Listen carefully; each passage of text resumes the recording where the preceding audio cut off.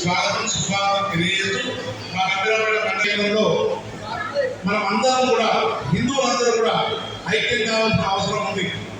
ఎందుకంటే ఒకటే విషయం, హిందూ ఐక్యత, హిందూ ఐక్యత, జై శ్రీరామ్.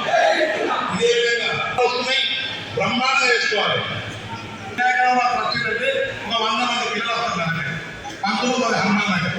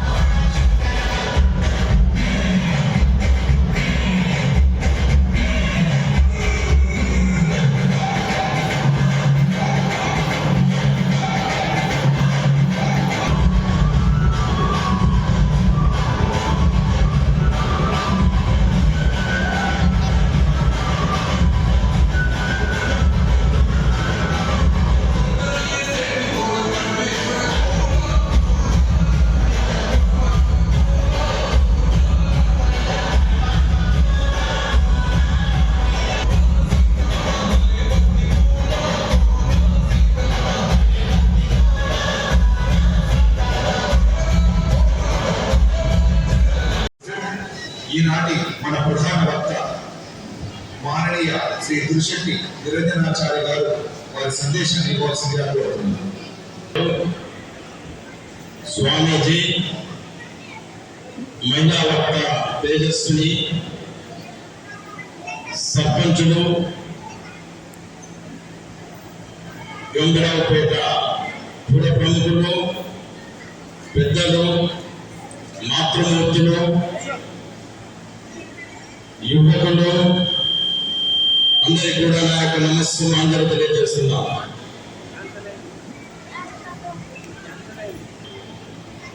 సింహము అర్థమైందా?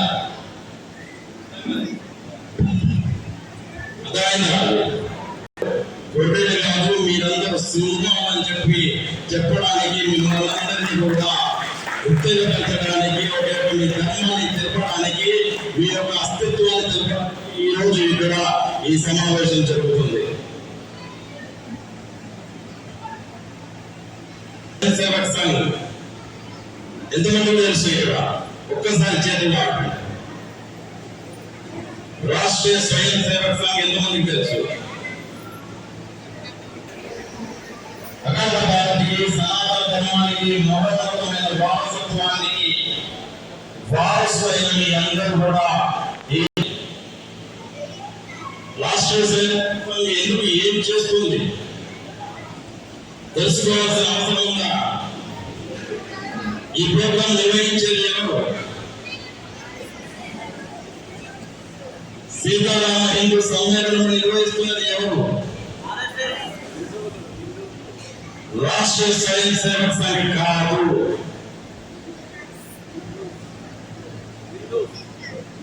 ఇక్కడ ఉన్న పెద్దలు, ఈ ఊరు కమిటీ మెంబర్స్ అందరూ కలిపి ఈ హిందూ సమ్మేళనాన్ని నిర్వహిస్తున్నారు. మీరందరూ భాగస్వాములేనాక అందులో ఎవరు నిర్వహిస్తున్నారు? ఇప్పుడు సమాజం నిర్వహిస్తుంది, హిందూ సమాజం నిర్వహిస్తుంది. రాష్ట్రీయ స్వయం సేవక సంఘం స్ఫూర్తితోని ఈ రోజు హిందూ సమ్మేళనాలు ఇక్కడ ఈ సమాజం నిర్వహిస్తుంది. అవునా కాదా? అవునడానికి నవస్తలేదు, కాదనడానికి చెప్పడానికి లేదు. అవునా కాదా? గుర్తుంటే చెప్పండి, గుర్తు లేకపోతే గుర్తులేదని చెప్పండి. గుర్తుందా లేదా? ఆడ చదువుకున్న విద్యార్థులు ఉన్నారు. స్వతంత్రోద్యమం ఎన్ని సంవత్సరాలు జరిగింది?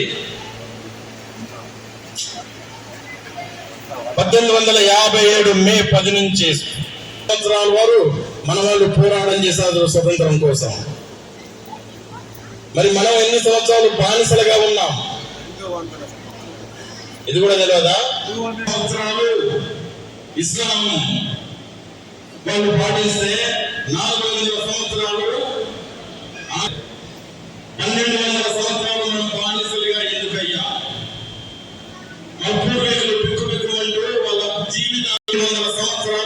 బానిసలుగా ఉంటే కొన్ని లక్షల మంది వాళ్ళు ప్రాణత్యాగం చేస్తే ఈ రోజు నువ్వు ఇక్కడ ఈ రోజు కూర్చున్నావు. వాళ్ళందరికీ మనం రుణపడి ఉన్నామా? రుణపడి ఉన్నామా? రుణపడి ఉన్నామా? చెప్పండి. అది కూడా చెప్పలేకపోతే మళ్ళీ దాస్యంలోకి వెళ్ళడానికి అవకాశం అతిథుంది. మీలో చైతన్యం రాకపోతే దాస్యం అనేది స్వతంత్రం అనేది ఎక్కువ రోజులు ఉండవు. స్వతంత్రోద్యమం జరుగుతున్నప్పుడు ఒక యువకుడు అసలు ఈ 1200 సంవత్సరాలు మనం ఎందుకు వస్తుంది, రేపు కాకపోతే ఎల్లుండి స్వతంత్రం వస్తుంది. స్వతంత్రోద్యమంలో చురుకుగా పాల్గొంటున్నాడు ఆ యువకుడు. బాంబులు ఎలా తయారు చేయాలో నేర్చుకున్నాడు, బాంబులు ఎలా విసరాలో నేర్చుకున్నాడు. కానీ మనసులో ఒకటి ఆలోచించాడు, మనం 1200 సంవత్సరాలు దాస్యానికి ఎందుకు వెళ్ళాము? మన సంఖ్య ఎక్కడనే, మన దగ్గర ఐకమత్యం లేదు, ఇందులో జాగృతి లేదు, జాతీయ చైతన్యం లేదు, వ్యక్తి నిర్మాణం లేదు, దేశభక్తి లేదు, మనందరినీ కలిపే శక్తి లేదు. ఆ యువకుడు తన ముందు ఉంచుకున్న ఒక ప్రశ్న, ఏం చేయాలి నా వీళ్ళ కోసం? ఏం చేస్తే వీళ్ళందరినీ ఐకమత్యం పెరిగించవచ్చు, వ్యక్తి నిర్మాణం డెవలప్ చేయాలి, దేశభక్తి నిర్మాణం చేయాలి అని ఆలోచించాడు. అప్పుడు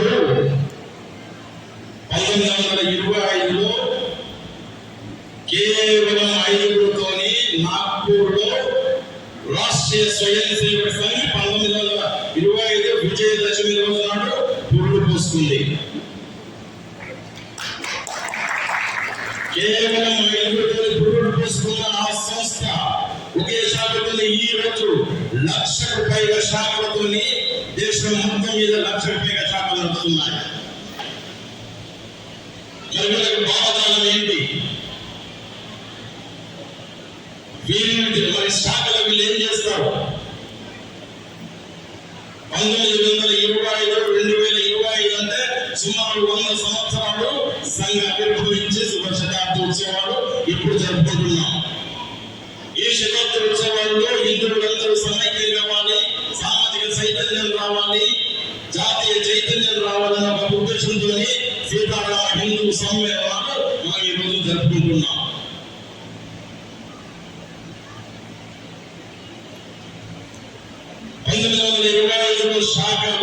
శాఖలో ఏం చేస్తారు? ఉదయం మార్నింగ్ ఒక శాఖకి వెళ్ళిన తర్వాత ఒక 15 నిమిషాలు ఆట పాడతారు, ఒక 15 నిమిషాలు యోగా ఆసనాలు చేస్తారు, ఒక 10 నిమిషాలు ఒక భక్త ఇచ్చి 1 నిమిషాలు చెప్తారు. తర్వాత ధ్వజ ప్రణామం జరుగుతుంది. 100 సంవత్సరాలు ఒకే లక్ష్యంతో ఒకే లక్ష్యంతోని ఒకే ధ్వజంతోని ఒకే మాటతోని అడుగులు వేస్తూ 100 సంవత్సరాలు ఈ ఒకటే లక్ష్యంతో పనిచేస్తున్న సంస్థ ఈ ప్రపంచంలో ఏదైనా ఉంది అంటే అది రాష్ట్రీయ స్వయం సేవక సంఘ్ సంస్థ అని నేను చెప్తున్నాను. రాష్ట్రీయ స్వయం సేవక సంఘ్ ఏ విధంగా ఆలోచిస్తుంది, ప్రపంచ దేశాలు ఈ రోజు ఆలోచిస్తున్నాయంటే రాష్ట్రీయ స్వయం సేవక సంఘ్ ఎన్ని రకాలుగా విస్తరించిందో మీరు ఆలోచించవచ్చు. మరి రాష్ట్రీయ స్వయం సేవక సంఘ్ 1925 నుంచి 2025 వరకు సుమారు 100 సంవత్సరాలు ఒకే లక్ష్యంతో పనిచేసింది కదా. మరి ఇందులో ఆటుపాట్లు ఏమైనా జరిగాయా? జరిగాయి. అవమానకరమైన విషయాలు, అవమానకరమైన సందర్భాలు, నిషేధాలు, ఎన్నో రకాల నిషేధాలు మన మీద విధించారు.